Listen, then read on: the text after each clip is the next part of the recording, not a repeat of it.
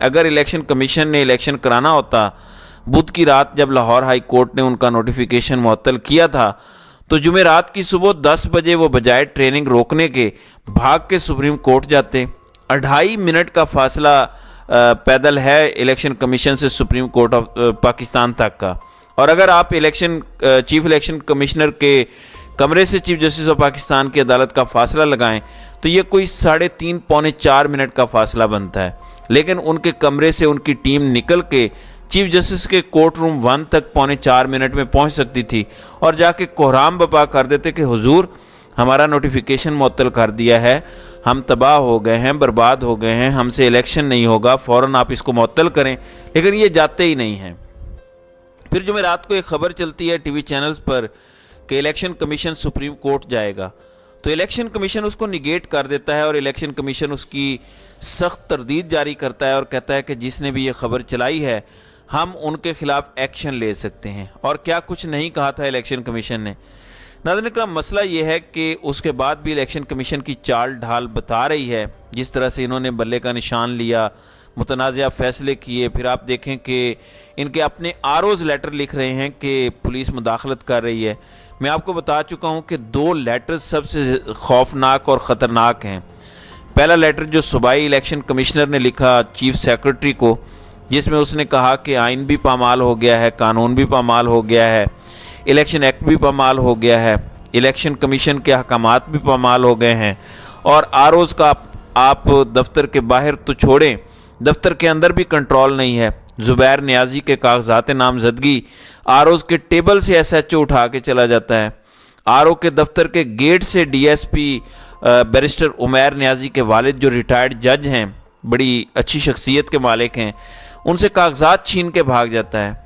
اس وقت 40 سے 45 تائید کنندہ اور تجویز کنندہ ان کو گرفتار کر لیا گیا ہے، ان کے گھروں پر چھاپے مارے جا رہے ہیں، کاغذات نامزدگی ریجیکٹ کروائے جا رہے ہیں، یہ ساری چیزیں ہو رہی ہیں۔ دیکھیں بلے کا نشان پی ٹی آئی کو مل گیا ہے، پہلے مرحلے میں پی ٹی آئی کامیاب ہو چکی ہے، پی ٹی آئی کے ساتھ جو کچھ ہوا ہے اس کے باوجود پی ٹی آئی کاغذات نامزدگی سب سے زیادہ جمع کرانے والی پارٹی بن گئی ہے۔ اور یہ میں آپ کو بتا دوں، یہ جو فگر آیا ہے کہ پی ٹی آئی کے حمایت یافتہ یا پی ٹی آئی کی ٹکٹ لینے کے خواہش مند 2400 لوگوں نے کاغذات نامزدگی جمع کروائے ہیں، ایسا ہے نہیں، ان کی تعداد اس سے بہت زیادہ ہے، 2400 نہیں ہے۔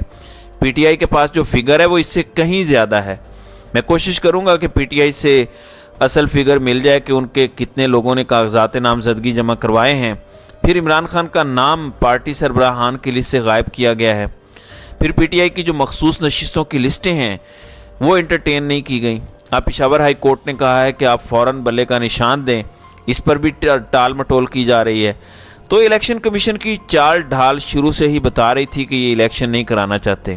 اب جب گراؤنڈ پر بچے کو پتہ ہے، ہر پاکستانی کو پتہ ہے کہ آپ پولیس کو بھی کھڑا کر دیں بندوقیں لے کر اور وہ کہے کہ جو بلے پر ٹھپا لگائے گا اس کو ہم گولی مار دیں گے، پھر بھی لوگوں نے نہیں رکنا، یا وہ کہیں کہ شیر پر نشان لگاؤ ورنہ گولی مار دیں گے، پھر بھی پولیس کی کسی نے بات نہیں ماننی۔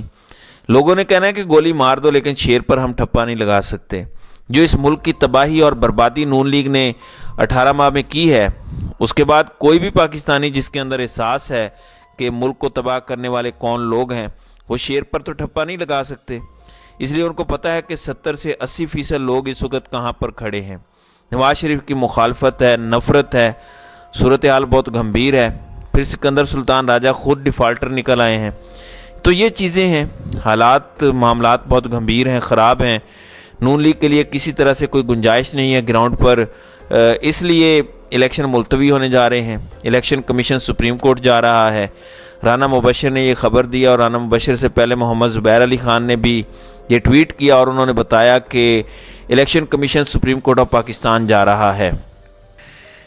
ناظرین اکرام، اب اگلا ہفتہ بڑا امپورٹنٹ ہوگا کیونکہ 13 جنوری فائنل لسٹیں جاری کرنے کی ہے اور ساتھ ہی نشان الاٹ کرنے کی تاریخ ہے۔